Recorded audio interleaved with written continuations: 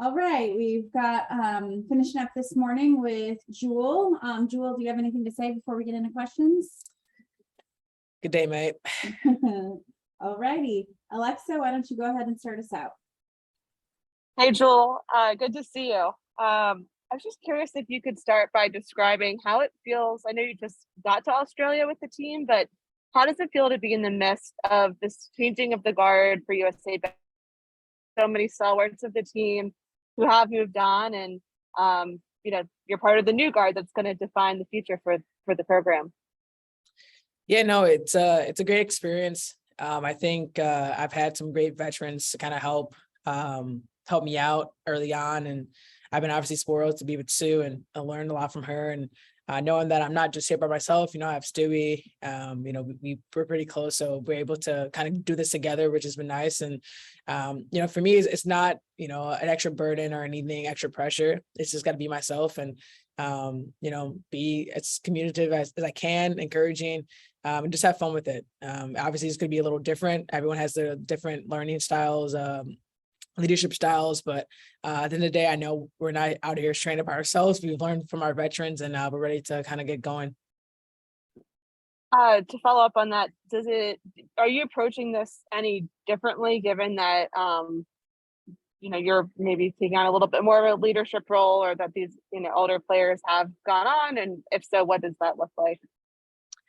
I haven't really honestly thought about it. I know that based on how I came into my WBA season, my mindset really hasn't changed. To still be, keep it simple, keep my peace, find joy in every day, come out and compete, play hard. And that's kind of the same, code that we have here at USA Basketball. And knowing that I do have to speak a little bit more, that's things that happen when you're considered a vet, right? Like that's naturally just going to happen. And actually, they're going to those roles. So I'm excited. I'm ready for it. And like I said, I think we're all ready to go. One more quick one for me. BG's been such a stalwart of USA basketball success for years. How would you describe what it's been like to just, have that void, both basketball wise, but also emotionally, of her not being able to be there with you guys? It's definitely heartbreaking. I actually just got done watching ESPN. They brought up the story and things like that. And, she's a big part of USA basketball. She's a big part of our sisterhood. Getting to know her over the past couple of years have been great. She's been nothing but amazing to me and my family. And it's just heartbreaking knowing that she's still over there and she's not here. So it's, a little extra motivation for everyone, I think, who steps on the court, who knew her and things like that to play for her, because she gave everything she had every single time she was a part of any basketball team, and definitely USA basketball. Appreciate it, Jewell. Thank you. Megan, go ahead. G'day, Jewell. Welcome to Australia. Great to have you guys here. I want to ask you about two Aussies who have had a big impact at Seattle. First of all, your current teammate, Ezzy Magbegal. We love her here in Australia, and we think she's set for a huge World Cup.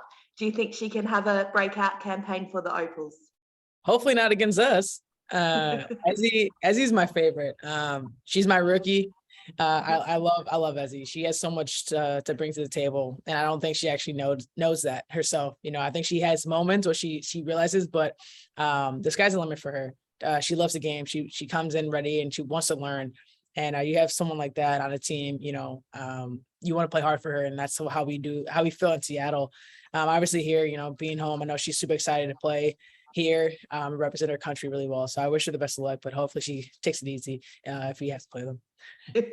And one of the icons of your club, of course, is the GOAT, Lauren Jackson. Could you ever imagine that you'd be playing in a World Cup in Australia and she would be making a comeback for her country at the age of 41?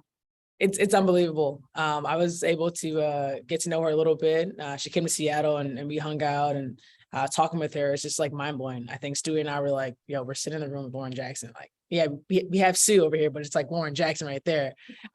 It's amazing. And I know she loves the game so much. Her IQ and her passion for the game has never wavered. And I'm excited to see her. I'm excited to watch and be a part of it. I mean, we're pretty much a part of history. I mean, this is unbelievable. Like I said, she loves the game of basketball, so I'm excited for her. Now, I'll finish with this question. I asked Cara about it, but I didn't explain it very well. Have you heard about Vegemite? It's an Australian spread. It's a Yeah. one of a kind taste. Are you going to try it out? I've actually tried it. I'm not a huge fan. I've been lucky to have great Australian teammates in Seattle, so they usually bring over everything over there, and that was one I wasn't a huge fan of. Sorry. Thanks for your time. What about Tim Tams? Have you had those? Yeah, see, I don't love chocolate, but I do. The chocolate tastes different to me. It tastes better, actually, than American chocolate. But Tim Tams are the goat. yeah, they're better than American chocolate. All right, back to basketball. Yes. Christos, go ahead. Hey, Jewell, how are you today? Good, how are you? Thank you very much. How was the transition from a high demanding and high level season in the W to a high demanding tournament like FIBA World Cup? WNBA players, we have the great ability to adapt really quickly. From us going from WNBA overseas really quickly, last couple seasons, played the Olympics during the middle of the season, and we're kind of used to being on the go. But anytime you get a chance to represent USA, I think you get another sense of life because it's bigger than you. It's bigger than just basketball. So for me, I understood, what the season held during the WNBA season, but I knew I was looking forward to this before the WNBA season happened. I knew what the timeline would be. So like I said, anytime you have a chance to represent USA, I think you get another burst of energy. And showing the roster about the tournament, what stood out to you about the talent and the group that you have? Yeah, it's definitely younger. I think we're playing a little faster based off just, how each individual plays. And it's fun to watch. Obviously it's not the same team, but we know that each person on this team is valuable and has different strengths that they bring to the team. And it's fun to watch. It's been fun in practice. There's a lot of young energy, which we love. And it keeps, us older vets, which is weird because I'm not that old, but it's like they give us energy too. But yeah, no, it's been great. So we want to play fast, play smart, play together.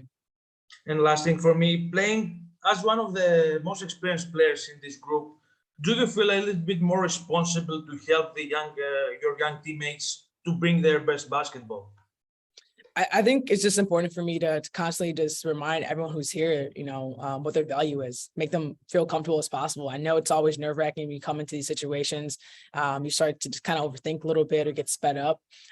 So my job right now, I feel like, is just continue to talk, make sure everyone just feels good and just know their worth, really. I think that's super important when you're around everyone else, that you don't lose sight of who you are, because we need everyone to be their best version of themselves. Thank you very much. Is there anything else for Jewell before we let her go? All right, thanks y'all. We'll be back in touch after the weekend with more